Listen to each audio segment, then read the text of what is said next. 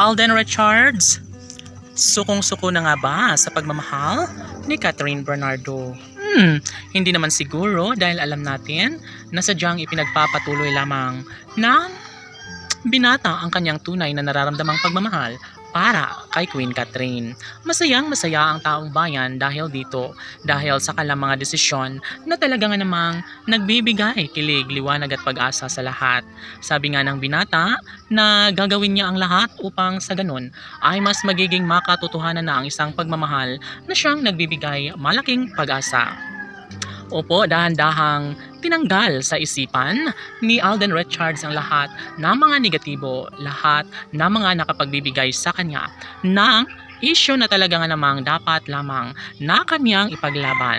Si Alden Richards na mismo ang nagsasabi na mamahalin niya habang buhay ang pretty girl na si Catherine at ito lamang ang kanyang gagampanan habang siya'y tunay na umiibig sa pretty girl na si Catherine.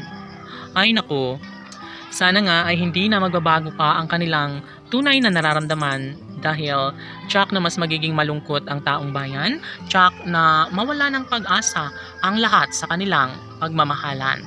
Kinikilig ang taong bayan dahil sa puntong ninanais ni Catherine at Alden na maipagpatuloy ang kanilang relasyon. Dapat lamang na kanilang patunayan, dapat lamang na kanilang mapagtagumpayan ang lahat sa kanilang pangarap na sana'y hindi na magbabago kailanman ang kanilang tunay na nararamdamang pagmamahal sa isa't isa. And yes, sabi nga ng mga fans ng Cat and Love Team na gawin nilang makatotohanan na lang sana ang lahat dahil maraming naghihintay, marami ang umaasa na sana'y mas magiging makabuluhan ang lahat.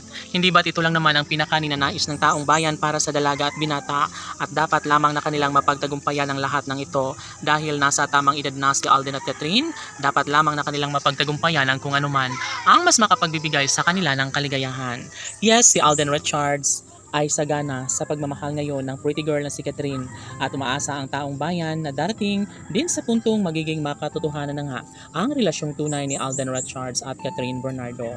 Yes, tanong ng mga netizens, may puruhan nga kaya na magiging makatotohanan ng isang relasyong tunay na nagbibigay kaligayahan sa lahat? Maaari nga ba na maisakatuparan bandang huli ang isa sa pinakahiniling ng taong bayan? Yun ay ang magkaroon ng sariling pamilya na magkatuluyan na lang sana si Alden Richards at ang pretty girl na si Catherine Bernardo.